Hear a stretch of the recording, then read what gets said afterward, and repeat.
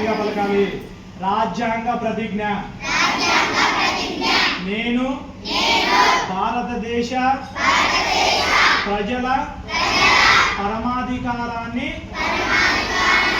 అంగీకరిస్తున్నాను.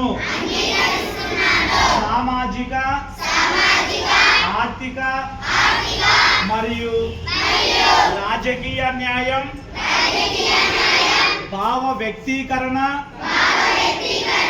విశ్వాసము, ఆచారము మరియు పూజల స్వేచ్ఛ,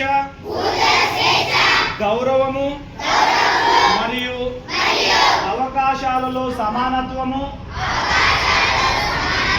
మరియు వ్యక్తిగత గౌరవానికి, జాతీయ ఐక్యతకు,